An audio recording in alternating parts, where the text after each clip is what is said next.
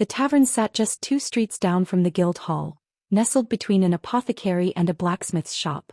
By day it served stew and ale to apprentices and wandering traders, but by night, it belonged to adventurers. Tonight it was full. Full of noise. Full of smoke. Full of stories that grew taller with each drink. And now it was full of Inigo's squad. The door swung open with a heavy creak as the group stepped inside, still bearing the grime of battle. Some had cleaned their faces at least, others didn't bother. They were too tired, too proud, too alive to care about appearances. The barkeep, a thick-armed man named Jaren, looked up from polishing a mug. His expression changed when he saw them, equal parts surprise and recognition. "Well, goddamn," he said. "Thought I heard fireworks. That was you lot." Sark grinned. "You could say that. Novelbin. I heard you cleared the ruined temple."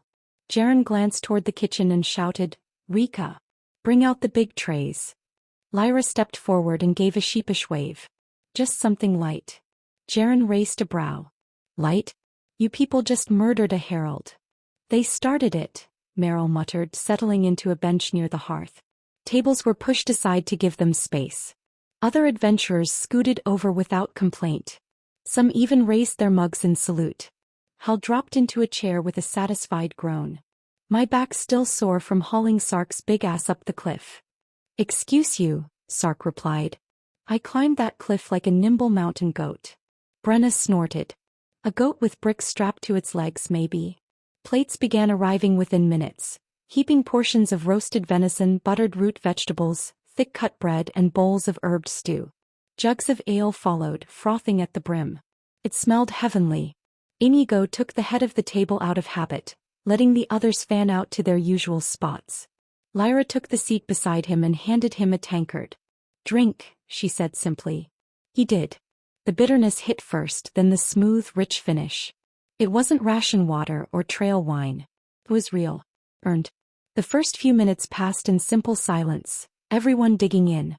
No speeches. No toasts. Just chewing, slurping and the occasional grunt of satisfaction. Until Fern cleared his throat. "I reviewed the rune data while we were walking back," he said, licking broth from his fingers. "The herald's glyphs, they weren't native to this plane." Inigo raised a brow. "You saying it came from another world?" "Or dimension," Fern replied.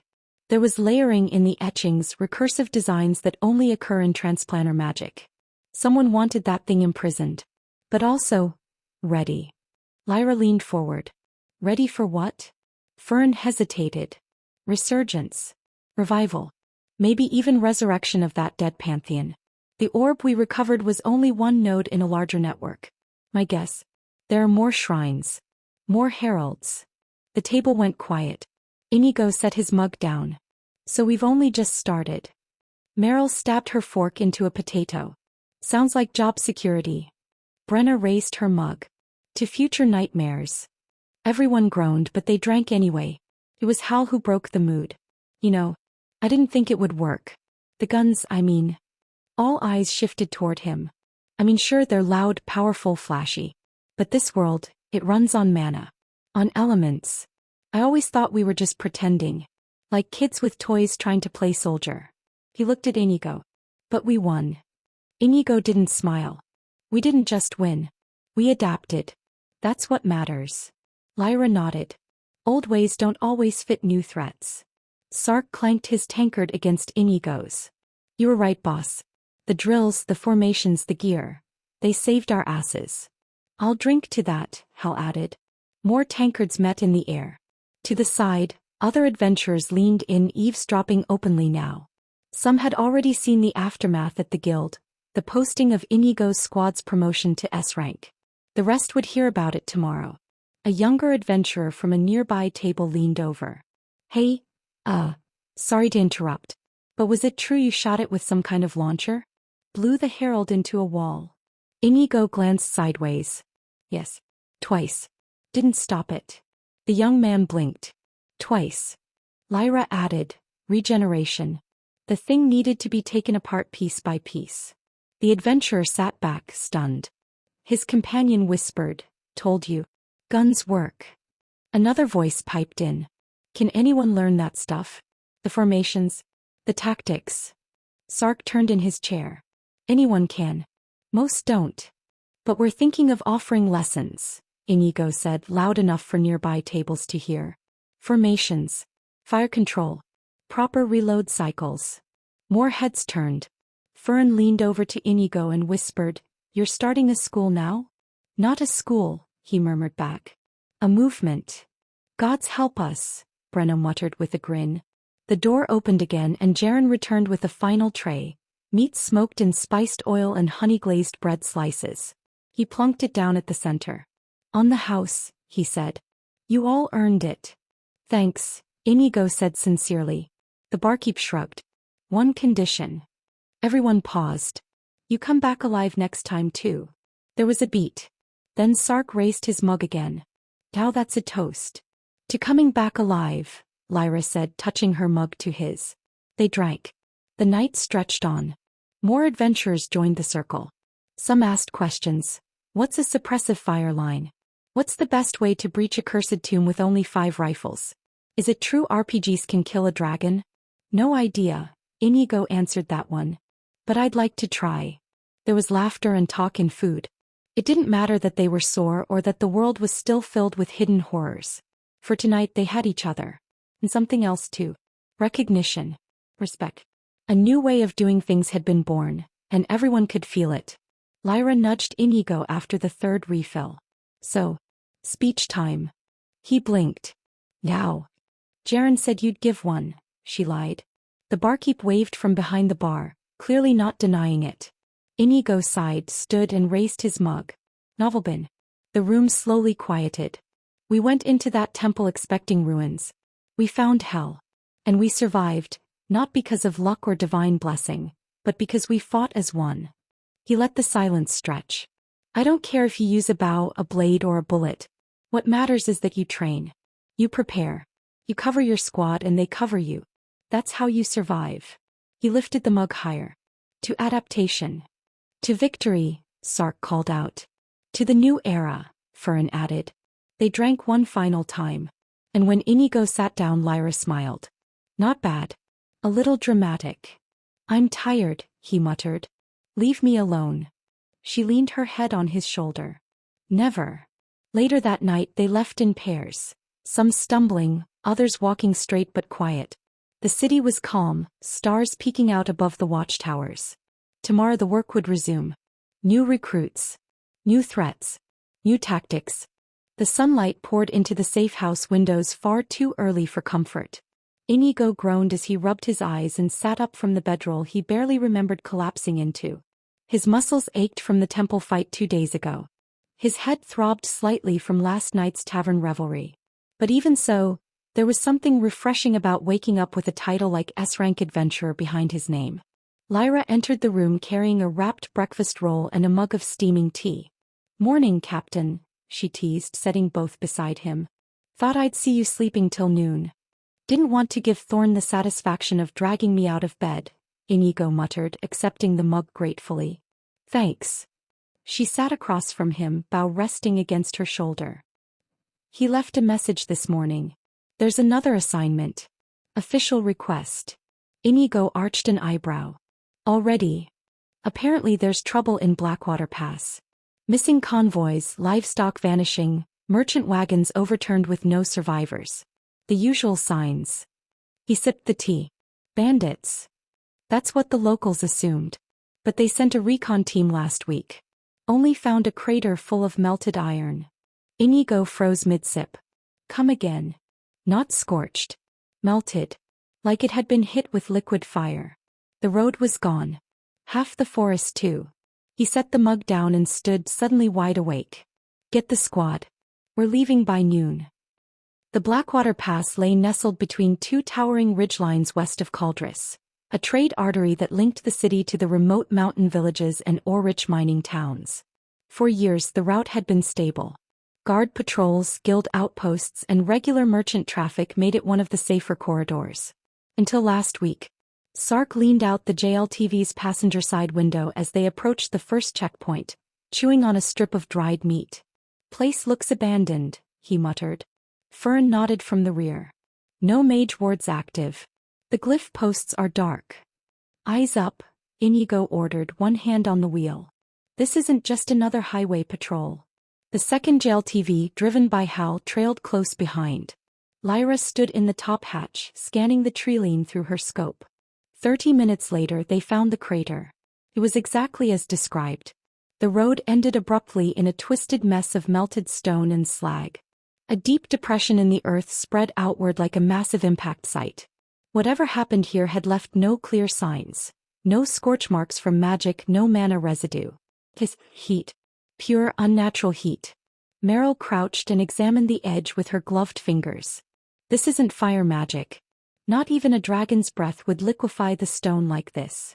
Brenna circled around to a shattered wagon axle buried half-melted in the dirt. Something hit here. From above. Or tunneled up, Fern offered grimly. Inigo walked toward the center and kicked at a blackened shield, its steel warped like wax. Set up a perimeter. I want seismic readers placed around the ridge. Sark, heat sensors on every outpost we can spare. Lyra, you're on overwatch. As the squad moved, Inigo activated his shortwave transmitter. The antenna extended with a soft click and he tuned to guild frequency. Command, this is S-Rank Squad Viper 1. We've reached the anomaly site. Crater confirmed. Proceeding with recon sweep of the lower basin. Standing by for support. A few seconds later, Thorn's voice crackled back. Understood, Viper 1. No other squads will be deployed until you report. Exercise extreme caution. We've marked the area A-rank unidentified entity threat. Good luck. Inigo clipped the mic back onto his vest and turned to the team. We move in staggered formation. Weapons hot. If you see something you can't identify, do not engage alone. Lyra slung her bow over her shoulder and dropped into a crouch beside him. Want me scouting the southern trail? Go. Shadow pattern. Check back every 5 minutes. She vanished into the trees like smoke. Fern activated a tracking spell as the group descended into the lower basin, but again the readings were erratic. Mana drifted here in strange, broken pulses, as if the ley lines themselves had been scarred. Then they heard it. A sound like metal groaning. Not from above but beneath. Seismic ping. Sark called out, pointing to a handheld screen. Something's moving underground. Big. East quadrant 200 meters. In position. Lyra's voice came over the comm. I see shifting earth near the creek bed. Wait. Something's surfacing. The ground exploded. From the dirt erupted a massive chitin-covered creature. Like an insect, but with a molten orange glow leaking from its plates. Its mandibles clicked and steam hissed from its back. It let out a metallic screech and lunged. Incoming. Inigo shouted. He raised his assault rifle and opened fire, aiming for the glowing joints. The bullets sparked off its hardened shell, but the heat-sensitive spots hissed and flared on impact. Focus fire on the vents, he barked. Meryl dropped into a kneeling stance and launched a high-velocity grenade into the creature's torso. The blast staggered it, causing a plume of steam to erupt from its back. Hal flanked right and fired a shotgun slug into one of its legs, forcing it to stumble. Lyra, now on high ground, loosed an arrow tipped with a freezing compound, impacting just beneath the creature's eye ridge and cracking the plating. Sark charged forward with his warhammer, smashing the same spot with a crunch. The beast shrieked. Inigo quickly slung his rifle and pulled the RPG from his back. Clear back. The team ducked. Inigo fired. The rocket struck center mass, triggering a chain reaction. The creature screeched one last time before erupting into steam and molten fragments, collapsing into the dirt. For a moment no one spoke. Then Brenna muttered, "That wasn't a bandit." Fern stepped forward and examined the remains, taking a small sample. It's not native. No known species. Mana readings are corrupted. Not necrotic like the temple. This is something else. Lyra rejoined them, panting. I saw at least 2 more tunnels forming in the distance. Whatever that was, it's not alone. Inigo stared at the hole the creature came from. We just found the tip of the spear. Back at the mobile camp, Inigo sent the first wave of findings to the guild via encrypted relay. Guildmaster Thorn responded immediately. Preliminary analysis suggests these are thermal burrowers, previously undocumented. Possible mutation or off-world entity. I'm marking the zone as A-rank containment protocol. Expect reinforcements in 48 hours. Hold position. Prevent further spread. Inigo looked at his team. Dirty. Bloodied. Still recovering from the last mission. And already in another war. You heard the man, he said. This is now a containment op. We hold the pass. Set up sensors, reinforce the JLTV perimeter and prep for nightfall. Lyra stretched her arms with a wince. So no ale tonight? No ale, Inigo replied. Just monsters, Sark muttered, hauling ammo crates toward the encampment edge. As the sun dipped below the ridgeline and the stars came out, the Blackwater Pass fell silent. But beneath their feet, something moved. And it was only a matter of time before it rose again. The wind was still as the stars overhead blinked into a cloudless night. The heat sensors beeped quietly from the perimeter, casting soft red light onto the barricades the team had hurriedly constructed. The JLTVs were parked in a defensive crescent facing the basin, mounted spotlights sweeping across the melted terrain. Inigo stood on a rock outcropping just above the camp, binoculars in hand, watching the treeline where the last tunnel had emerged. Anything? Lyra's voice came softly over the comms. Nothing moving. But the sensors are twitchy, he replied. She exhaled. I don't like this silence. Not after what we saw earlier. Same. Stay sharp. Back at the camp, Sark was adjusting the motion detectors wired to claymores, while Brenna loaded mags at the back of the JLTV, humming low to herself. Hal stirred a small pot over a field burner, muttering, If we're gonna get jumped, I'm not dying hungry.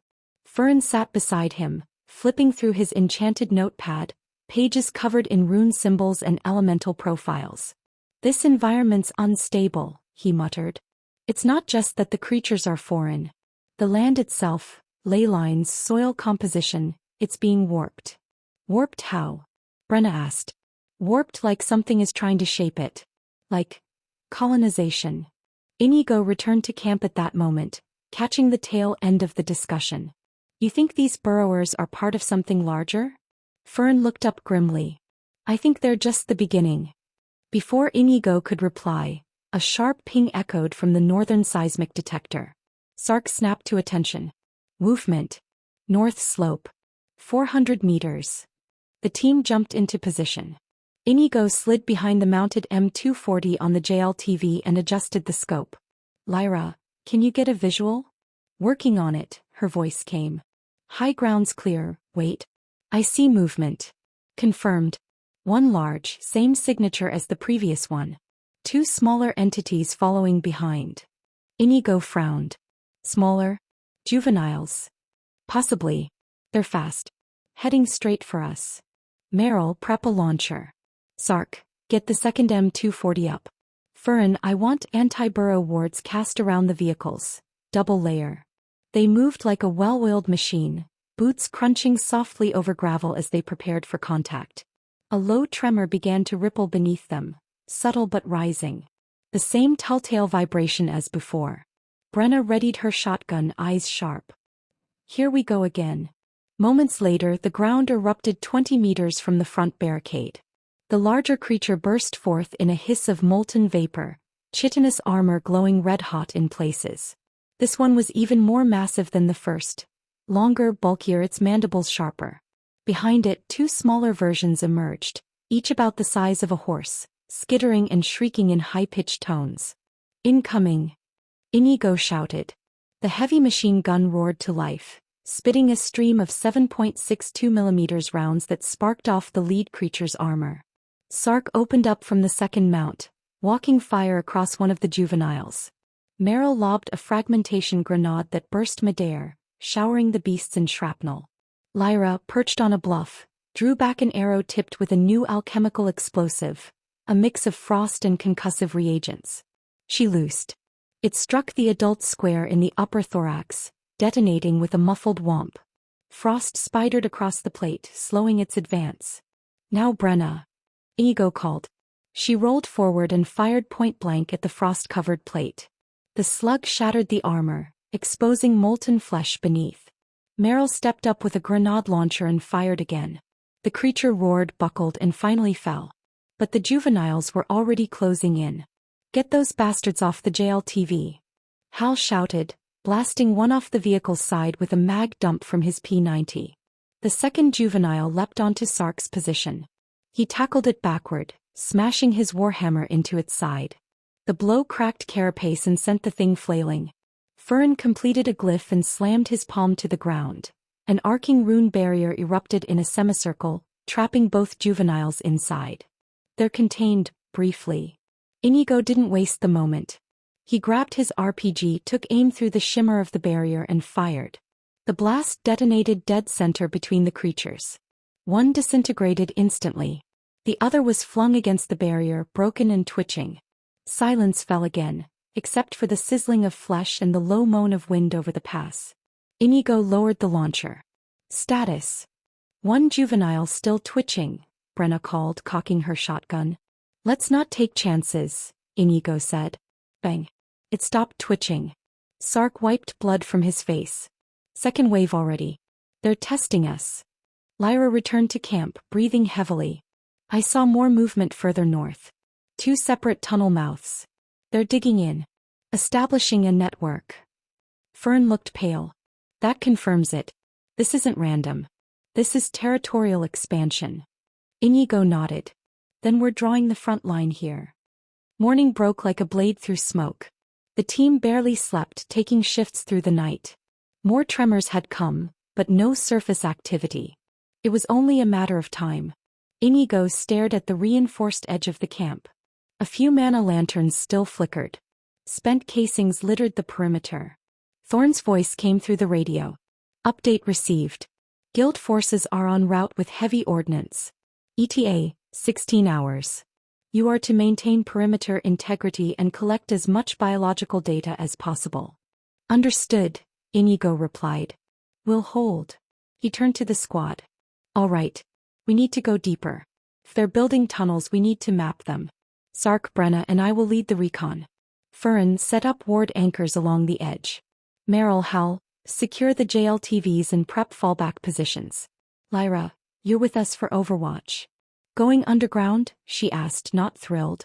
Inigo smirked. Figured you'd want the high ground in hell too. She sighed.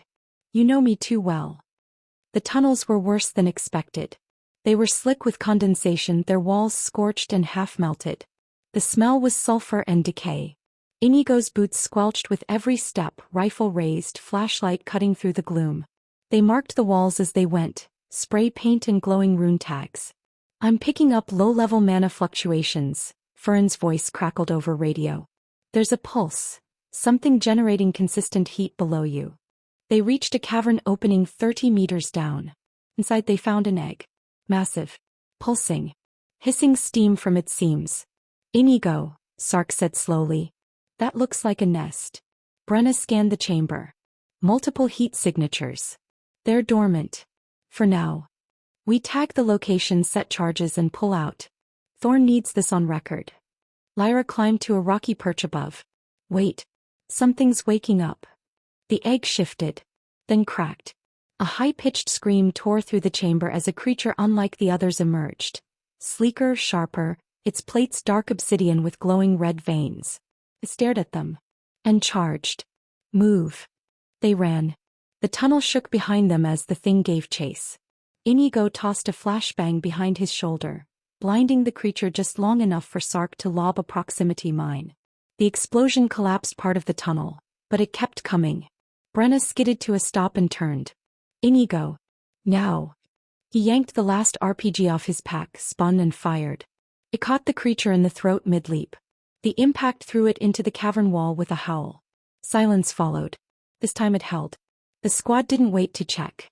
They sprinted out of the tunnels, gasping as they burst into the daylight. Get the charges set, Inigo barked. We're sealing the entrance. By the time the dust cleared and the cave collapsed behind them, they were coated in ash and sweat. Inigo dropped to one knee, catching his breath. That thing, it was a queen. Furin's voice came through the radio, soft but certain. And where there's a queen, there's a colony. Inigo looked to the ridge, to the horizon beyond. The war had just begun. Inigo tightened his grip on the foregrip of his rifle. All teams weapons check. Watch for tremors. Motion sensors set. Sark said, hammering in the last of the thermal pegs. If anything so much as sneezes underground, we'll know. Lyra was already perched atop a high bluff, her bows strung and a fresh batch of alchemical arrows beside her. Visual clear. But the trees aren't rustling. Not even wind. Something's holding its breath. Fern's voice crackled in over calms. Ley lines just dipped again. They're shifting. Something's coming. As if on cue, the east sensor gave a shrill ping. Then another to the west. Then all of them. Contact. Hal shouted. The ground to the northeast ruptured first. A spray of soil and molten debris shot skyward as a monster the size of a bison erupted. This one sleeker, almost armored in obsidian plates with glowing red slits where its eyes should be. New variant. Brenna called out. Speed build. Open fire. Inigo roared. The M240 on JV-1 chattered to life, stitching the beast with heavy fire. Lyra launched a frost-tipped arrow that struck the thing's shoulder, sending a shockwave of ice down its leg. It staggered but kept coming. Another burst of earth 30 meters from their left. Two more emerged, one lumbering with massive forelimbs like a tunneling mole, the other spindly and fast. Sark gritted his teeth and pulled the trigger on the second machine gun, spraying suppressive fire toward the mole-like variant. These aren't just random mutations, they're roles. They're coordinated. Merrill slid into cover and launched an he-round into the midst of the new arrivals.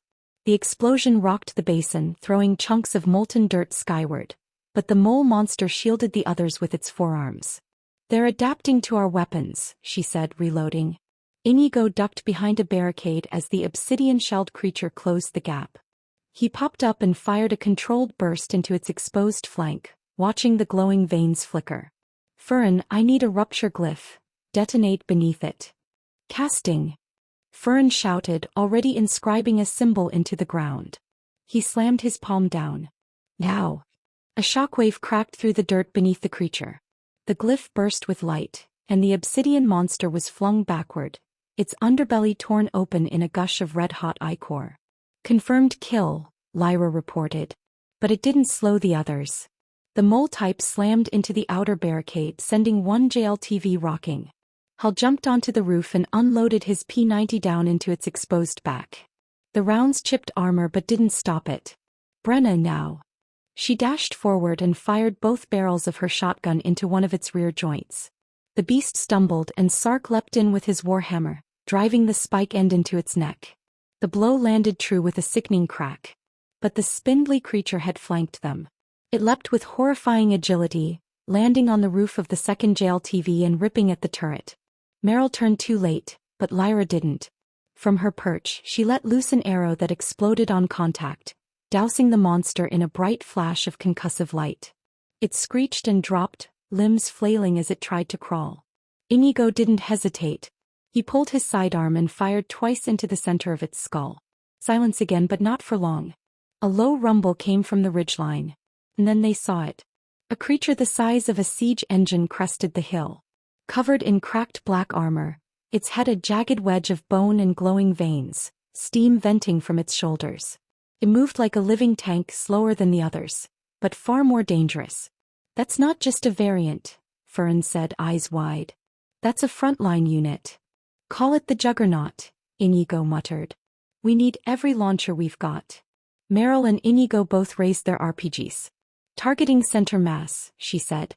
Fire on my mark. The Juggernaut roared and then, mark. Two rockets streaked through the air, trailing smoke. Both struck the creature's chest. The explosion lit the entire basin, and when the smoke cleared, the monster was still standing. But its armor was cracked. Exposed. Sark shouted. Hit it again. Brenna fired a grenade, Lyra shot two more alchemical bolts, and Hal dumped a fresh mag of armor-piercing rounds into the soft spot.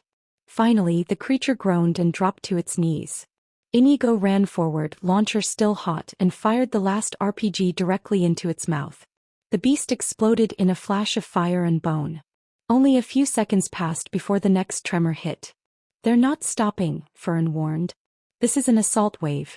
Testing the line before a bigger push. Then we hold the line, Inigo growled. Motion sensors still chirping, Sark said, wiping blood from his temple. We've got more burrowers moving underneath, west side this time. Hal grunted, swapping mags. I swear these bastards are playing whack-a-mole with our nerves. They're probing our weak points, Fern said, eyes darting over his glowing rune slate. If they find a soft flank. They won't, Inigo cut in. They'll break before we do. Suddenly, a screech tore through the night, more high-pitched and metallic than the others. The ground near the west barricade erupted, sending a JLTV tilting back on two wheels. From the torn earth emerged a creature unlike the rest. Sleek and snake-like, its entire body covered in razor-edged scales that shimmered with mana-infused light. Serpent class. Brenna called, diving to the side as it lashed out, cleaving a trench in the soil with its tail. Lyra. Inigo barked. Take out its eyes. Already knocking a new bolt, she loosed a pair of quick shots, one embedding just above the serpent's eye slit, the second detonating in a sharp blast of frost. The beast recoiled, screeching before lunging toward her bluff. But Meryl was faster. She raised her launcher and fired point-blank into its open mouth as it reared. The explosion rocked the slope. Chunks of the serpent's head scattered across the rocks.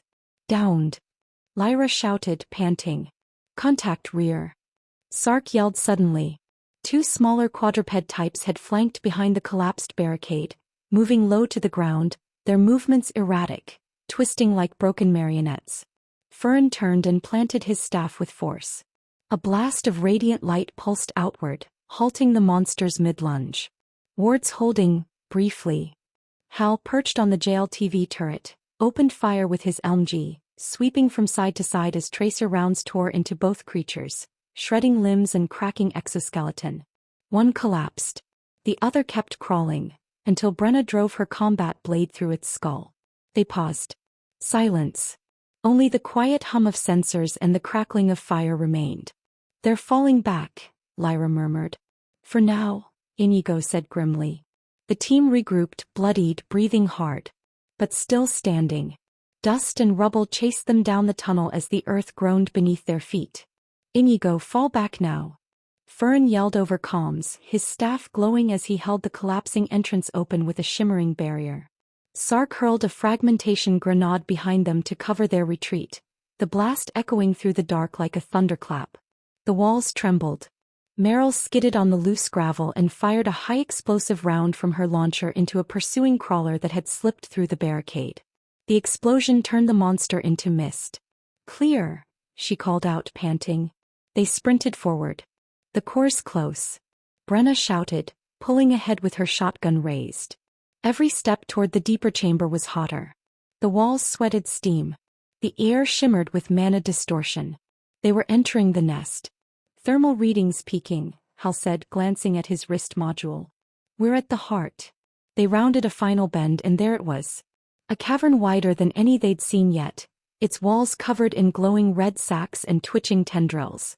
In the center, embedded in a mass of molten root-like flesh, was a pulsating mound easily 15 meters wide. A massive central egg sac. The source. Inigo's eyes narrowed. That's it. Then it moved.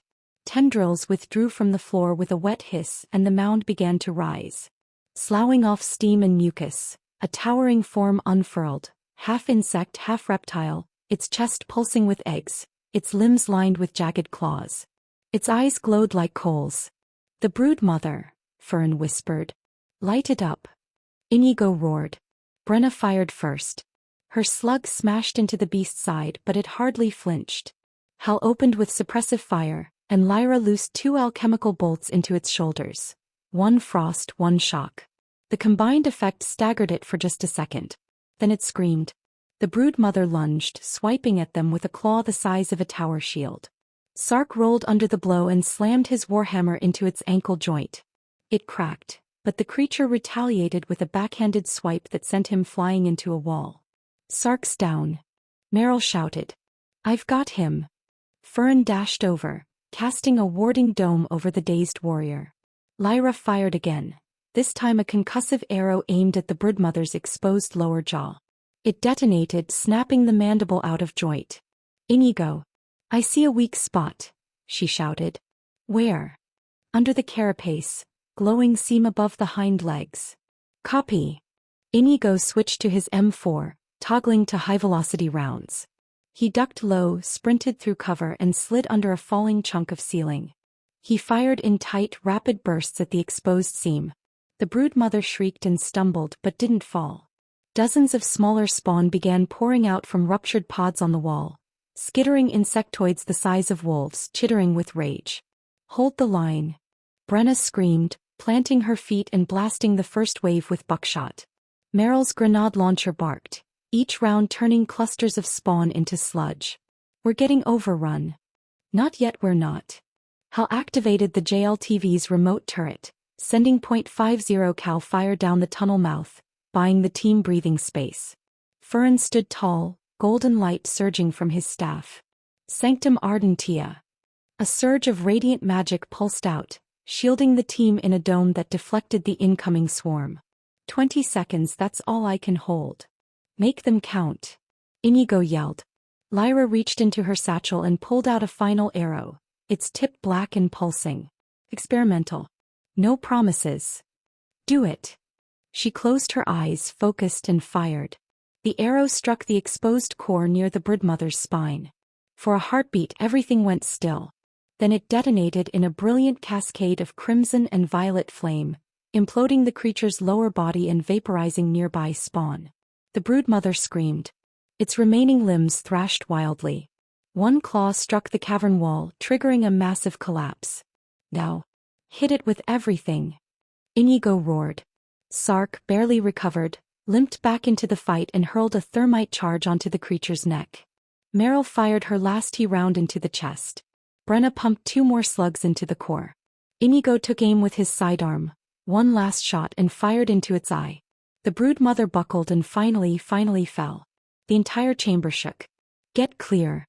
Furin shouted, yanking Sark by the collar as the walls cracked. The team sprinted. Behind them, the nest began to implode. Roots withdrawing, eggs bursting, the entire biological ecosystem collapsing in on itself. They climbed, stumbled, and clawed their way through the exit tunnel. Lyra fired a collapsing charge at the ceiling behind them, sealing the passage for good. They burst into the basin just as the first rays of morning sun touched the treetops. Steam rose from the fractured earth. The air was silent. Then, static chirped in Inigo's earpiece. "Guild command to Team Cerberus, do you copy?" Inigo clicked his mic. "Cerberus actual." "Copy." Long-range scans confirmed detonation of underground biomass. Thermal signatures collapsing. "Good work. Mission success confirmed." Inigo let out a long breath. "Objective complete. Area secure. Send recovery teams. Already en route.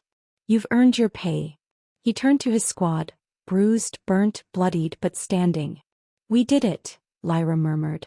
"Let's hope that was the queen," Meryl muttered. Furin, exhausted, chuckled. "It was a queen. Not the only one, though." Inigo's brow furrowed. "You're sure?" Furin nodded. "This one was local. I felt other mana signatures in the deep.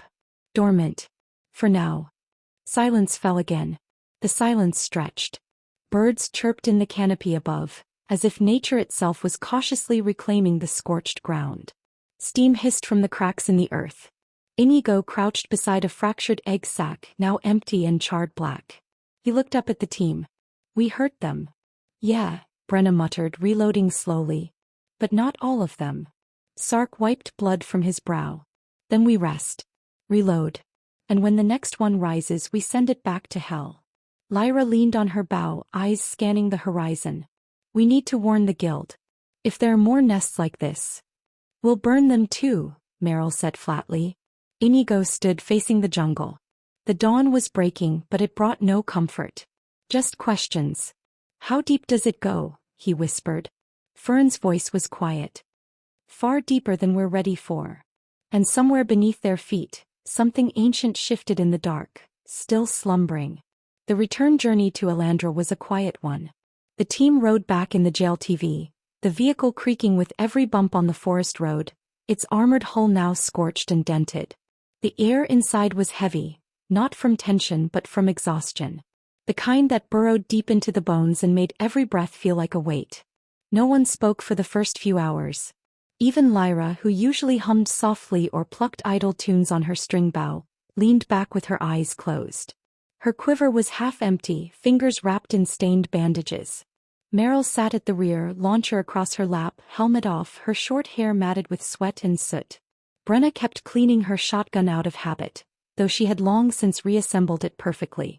Fern leaned against the vehicle's interior, his staff beside him and eyes unfocused, as though still listening to something in the earth.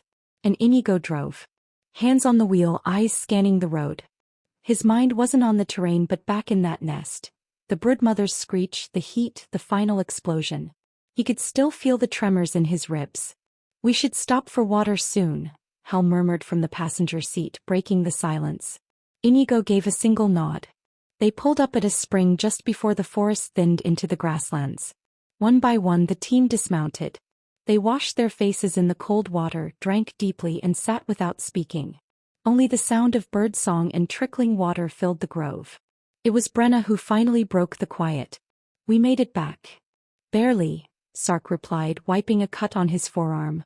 "That brood could have swallowed a battalion." "And yet," Lyra said, eyes opening, "we're here. That means something." "It means we did our job," Inigo muttered, taking a swig from his flask. "Now let's finish it." The sun was low when the gates of Elandra came into view. The city gleamed in the late afternoon light, its white stone towers and spires casting long shadows over the bustling merchant roads and riverside markets. As the JLTV rumbled through the cobbled outer roads, people turned their heads, children pointing at the scorched hull, the battered armor, and the strange, dirt-smeared adventurers riding atop a metal beast. By the time they reached the guild hall, the sun had dipped behind the horizon. Guild personnel met them outside, scribes, quartermasters and healers. The moment the JLTV parked, a dozen assistants rushed to help them unload, while medics offered salves and poultices for wounds. The receptionist, a woman named Elise in a crisp blue uniform, stepped forward with a clipboard. "Team Cerberus?" "That's us," Inigo said, removing his helmet and shaking out his hair. She scanned them quickly, eyes widening at their injuries and gear. "You're alive. That alone is a miracle. Come inside. The guild master is expecting you." The briefing chamber was warm and bright, its walls lined with tapestries and glowing crystals. At the center sat a wide, round table. Maps of the region lay scattered atop it, marked with pins and sigils. Guildmaster Thorn stood by the window. "You destroyed the nest." Inigo stepped forward and placed a sealed satchel on the table. "Confirmed kill. Broodmother neutralized. Biomass collapsed. Tunnel sealed." Thorn opened the satchel and pulled out the crystalline core of the queen, now blackened and cracked, still faintly pulsing with residual mana. The guildmaster stared at it in silence. 15 years, he finally said. "That colony grew under our feet for 15 years. Do you understand what you've stopped?" "More than you know," Fern replied. Thorn looked up. "You've bought us time. Weeks, perhaps months. But this isn't over. There are more." "We know," Lyra said. "We'll be ready." Thorn offered a rare smile. "You'll have time to prepare. For now you've earned your reward." He gestured toward Elise, who stepped forward with a small lockbox. Inside were 12 golden guild medallions, each bearing the seal of the Adventurers Guild, and a bag of coins stamped with the royal mint. 120 gold pieces, she said. Per contract, split evenly. 15 each, Meryl said, reaching for her share. The others followed, though no one did so with particular enthusiasm. The money was appreciated, but it felt hollow after what they had just been through. "Lodging's been arranged at the Silver Tankard," Elise added. "You've all got private rooms for the week. Courtesy of the guild." "Thanks," Brenna said with a tired smile. "I want a bath and a bed. In that order." The team disbanded after the meeting. The Silver Tankard was a welcome sight, warm lights, polished wood, and the scent of roasted meat and sweetbread in the air. As they entered, the innkeeper waved them through like heroes, pointing them toward a large table already prepared with hot stew, fresh bread, and pitchers of mead. They ate. They drank. They laughed. Once, twice quietly. Sark grumbled about his bruises. Brenna told the story of how she tripped on a crawler and still managed to shoot it mid-fall. Meryl claimed she saw Inigo scream like a kid when the birdmother's claw almost clipped him. He didn't deny it. "Let them laugh," Lyra whispered to Fern at one point. Let them remember how it felt to be alive. The mage nodded. We'll need that feeling again soon. But for now it was enough. The next morning came with a quiet knock on Inigo's door. It was Furin. Something on your mind? Inigo asked, sipping tea from a mug. We need to talk. They stood out on the balcony watching the sunrise over the eastern hills. We're splitting up, aren't we? Inigo asked after a while. Furin nodded. Only for now. With the brood mother dead, the ley line distortions are stabilizing. The other signatures I sensed are dormant. Could be weeks before they stir. Makes sense to scatter. Rest. Resupply. Brenna wants to visit her family in the south. Hal's eyeing another contract in the east. Meryl's. Well, she always moves on after a fight. And Lyra? She'll stay in the city, Furin said. Said she'd wait for you. Inigo looked down into his mug. I'll be staying too. For now, Furin added. I have more studies to do, especially if we want to get ahead of the next emergence. And me? Inigo asked. Furin smiled. Whatever you want. You're not bound to any of us. Inigo sighed, eyes on the rising sun. Maybe not. But I've got a feeling this is only the start. Something's brewing under all of this. You're not wrong, Furin replied. By sunset they said their goodbyes at the gates of Elandra. Brenna clasped Inigo's forearm. Try not to die while I'm gone. No promises. Meryl gave a two-finger salute. If you need me, send a crow. Or a bigger monster. Hal clapped him on the back. We'll be back. They always come back. And then they were gone. Inigo and Lyra stood in the city square long after the others had left. Feels strange, she said. Like a chapter closed. It did. But there's more to come. Inigo nodded. Always. She smiled faintly. Then I'll stay until the next page. And as the bells of the guild tower rang in the hour, the two of them turned back toward the inn, the city behind them peaceful, for now. But not forever. Morning sunlight filtered through the tall windows of the guild hall, bathing the polished stone floor in golden streaks.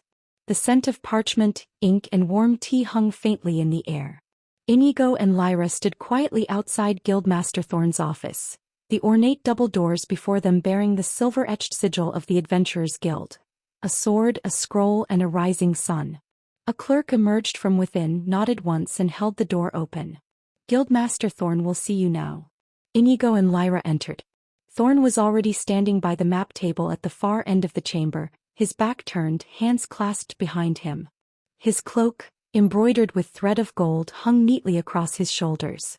A small kettle steamed on the side table beside 3 porcelain cups. Without turning he spoke. You stayed. We did, Inigo said.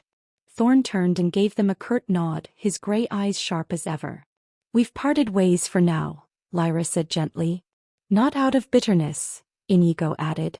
Just time to recover. Regroup. If the demon lord of destruction stirs again, we'll reunite. That was the agreement. Thorn moved to the table and poured tea into the cups with practiced ease. The demon lord's aura has quieted for now. The ley line reports from our arcane divisions confirm it. But quiet does not mean gone. You were wise to split. We didn't come to discuss the past, Lyra said. We're looking for a quest. Thorn raised a brow. Already? I would have thought you'd want at least a week of rest. I don't sleep well unless I have something to aim at, Inigo said simply. The guildmaster smirked faintly. So you're restless. He turned to the map table and swept aside a few reports, revealing a sealed letter stamped in red wax with an unfamiliar crest, 3 crescent moons around a blazing sun. This came in last night from the kingdom of Valnora, Thorn said, tapping the parchment. A formal request from the crown. Lyra's eyes narrowed. South of the Stonefrost Mountains. Correct. Isolated. Mostly untouched by the demon lord's movements. But they're dealing with something ancient. He broke the seal and passed the letter to Inigo. The words were neat, formal and filled with urgency. To the honored Adventurers Guild of Elandra. We request aid from your strongest adventurers. There have been confirmed sightings of a red dragon in the Emberreach Highlands. We have already lost 2 scout regiments, a village has been razed, and the beast has claimed a section of the mountain as its territory. We ask for your elite. Possible the one called Inigo. Signed, Marshal Cedric of Velnora's Royal Guard. Inigo's brows drew together. A red dragon? Lyra inhaled deeply. That's not just a request. That's a plea. You've never encountered a dragon, have you? Thorn asked, voice low. No, Inigo admitted. I've heard the word tossed around but never saw one. Lyra stepped forward, her voice steady. Dragons are not just beasts. They are apex predators, ancient, intelligent, and above all territorial. Each one is a force of nature. Red dragons especially. Thorn nodded. Red dragons thrive in volcanic regions. Fire breath, immense physical strength, and cunning minds. They don't just burn villages, they conquer them. They demand tribute. They sleep atop mountains of gold. Inigo crossed his arms. So this one's no mindless monster. Not at all, Lyra said. There are 5 primary types of true dragons. Red, blue, green, black, and white. Each with unique traits and elemental affinities. Reds breathe fire. Blues harness lightning. Greens use poison. Blacks are swamp dwellers with acidic breath, and whites, frost and cold. There are also metallic dragons, Thorn added, but they rarely appear and they don't cause the kind of destruction chromatic ones do. Reds are particularly aggressive. If this one's claimed territory in Velnora, it's only a matter of time before it spreads outward. Inigo stared at the map of the south. The Emberreach Highlands lay beyond the border, a vast region of broken mountains, sulfur vents, and smoking valleys. Isolated. Remote. Perfect for a dragon. They asked for me by name, he said. Thorn nodded. Word of your success spreads quickly. I'll go, Inigo said. I don't care if it's a red dragon or a fire-breathing squirrel. They asked for help. Lyra grinned. I'm with you. Always. Thorn leaned forward and placed a stamped mission scroll on the table. You'll ride south by caravan. The guild's arranged passage to the border outpost. From there, you'll cross into Velnora on foot or use your own carriage, though the terrain may be difficult. He reached into a drawer and pulled out a small enchanted amulet. This will serve as your communication link with Elandra. Keep it close. Things go south, call. Inigo picked it up and pocketed it. Understood. Thorn exhaled. And Inigo. He paused, voice softening. Don't underestimate it. You've fought beasts, corrupted fiends, even demonic spawn. But dragons are something else. They think. They plan. And if this one's been dormant for centuries, it may be hungry, vengeful, and far older than anything we've charted. Inigo gave a faint nod. I won't. By noon they were packed and ready. The JLTV had been reloaded with supplies. Rations, ammunition, repair kits, and new alchemical arrows for Lyra. Her bow rested beside her seat, gleaming after a full repolish. Inigo sat in the driver's seat, map tucked between the dashboard and windshield. The streets of Elandra were busy as ever. Merchants shouted their wares, street musicians played near the plaza, and children ran after the armored vehicle as it rolled down the main avenue toward the southern gate.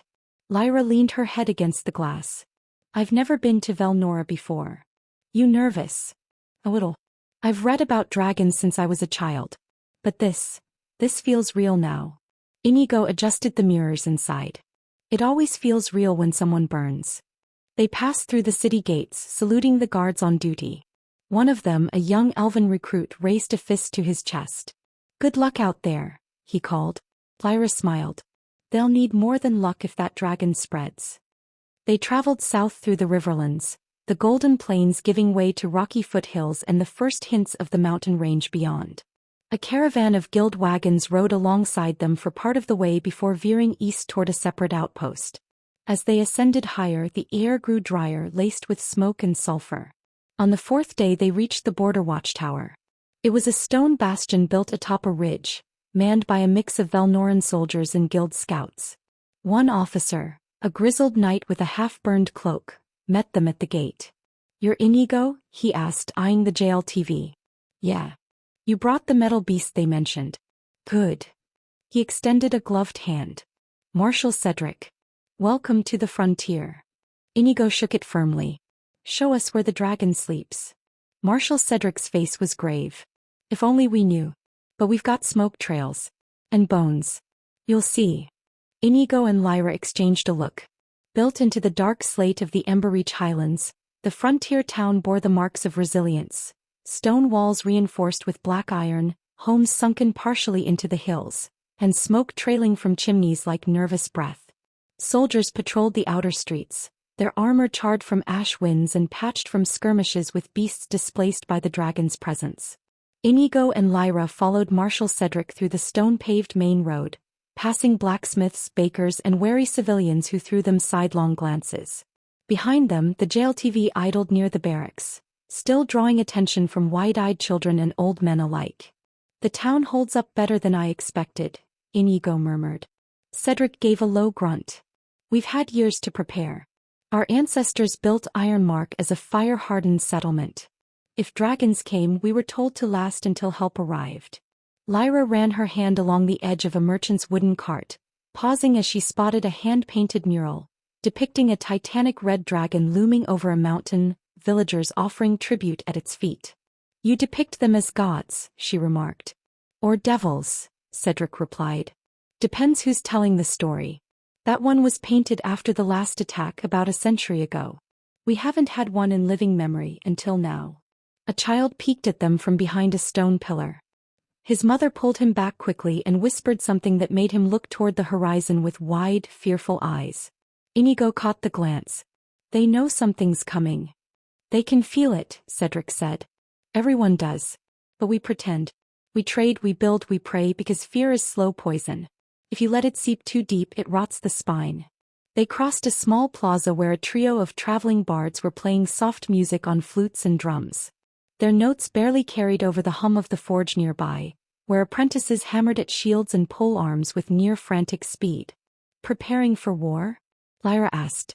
"Preparing for extinction," Cedric muttered. They paused next at the Flamekeeper's Chapel, a modest stone temple built directly into the rock wall that faced the central square. Its entrance was carved with flowing runes in the draconic tongue, worn down by centuries of wind, ash, and reverence. Inside, the air was thick with incense. Brass lanterns swayed gently from chains above. Statues of the 5 Saints of Flames stood between stone columns, each clutching a weapon once said to be used in dragon-slaying rituals. A priestess greeted them, her face lined with age but steady as bedrock. "You come seeking fire," she said softly. "We come to stop it," Inigo replied. She placed a gentle hand on Lyra's shoulder. "Then may the saints guide you. Especially Saint Kevra." Hers was the blood that burned without turning to ash. Lyra glanced toward the statue of the armored woman bearing a long spear. "Saint Kevra," she echoed. "She faced the red serpent of Duskspire," the priestess said. "And wounded it. Not slain, but wounded." Inigo raised a brow. "That's supposed to encourage us?" The priestess chuckled. "No. It's to remind you that even legends didn't finish the job alone." Back at the outpost, Cedric led them to the highest platform of the main watchtower. From this vantage point, the Emberreach Highlands stretched like a cracked canvas of obsidian, ash, and scarlet light. Columns of smoke rose in the distance, curling like dragon breath into the sky. "There," Cedric pointed to the far hills. "That valley wasn't scorched last week." Inigo pulled binoculars from the JLTV's gear bag. As he adjusted the lens, he could make out the outline of what had once been a forest. Blackened trunks jutted from the ground like skeletal fingers, and the soil glowed faintly orange with embedded magma lines. The air seemed to shimmer above it. "It moved again," Cedric confirmed.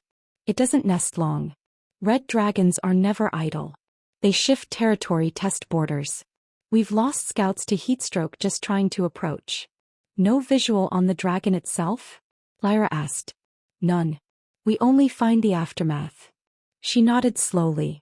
"It's establishing dominance." "Exactly," Cedric replied. "A warning to everything with eyes and a heartbeat." Inigo set the binoculars down. "I want to scout that crater tomorrow. Dawn." "You'll get it," Cedric said. "One of my field scouts will guide you past the magma flows. The terrain's unpredictable, cracked ridges, sulfur vents, molten pockets. Your metal carriage might not make it in. Then we go on foot."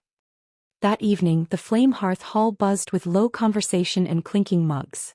The large wooden lodge served as Ironmark's gathering place for both military and civilians.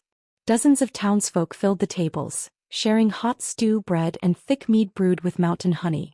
A table had been set for Inigo and Lyra. They joined Cedric and his officers, greeted with nods and the occasional wary smile. "Eat well," Cedric said. "It may be the last warm meal before things turn hot." Inigo helped himself to roasted yam, strips of salted pork and a mug of cold cider. Lyra sat beside him, observing the room more than the food. Nearby, an old storyteller spun a quiet tale about the founding of Velnora, how the kingdom was built from the ashes of a dragon's wrath. Across the hall, a blacksmith's apprentice was visibly shaking as he spoke with one of the guards. The soldier placed a steadying hand on the boy's shoulder, whispering something meant to comfort. Lyra watched them both. "They're pretending to be brave," she whispered. "They are brave," Inigo said. "They're still here, aren't they?" She nodded. From another table, a scout captain leaned over. "You the one who fought the brood mother?" Inigo looked up. "Yeah." The captain gave a grim smile. "Good. Maybe you'll give that lizard something to think about." "I'll try." After dinner, Inigo stood alone near the outer wall, watching the sun bleed behind the high peaks of the Emberreach. The red haze in the sky blended too well with the natural smoke drifting from unseen fissures below. It was beautiful in a morbid way. Lyra approached, her cloak pulled close against the cooling wind. "It's coming," she said. "Soon." Inigo didn't answer at first. "I've seen monsters. Hellspawn. Parasites wearing people's faces. But this thing isn't just hunger or madness." "No," Lyra said. "It's pride. Dragons don't kill because they have to. They kill because they believe the world belongs to them." He looked at her. "Do you think we can beat it?" "Yes."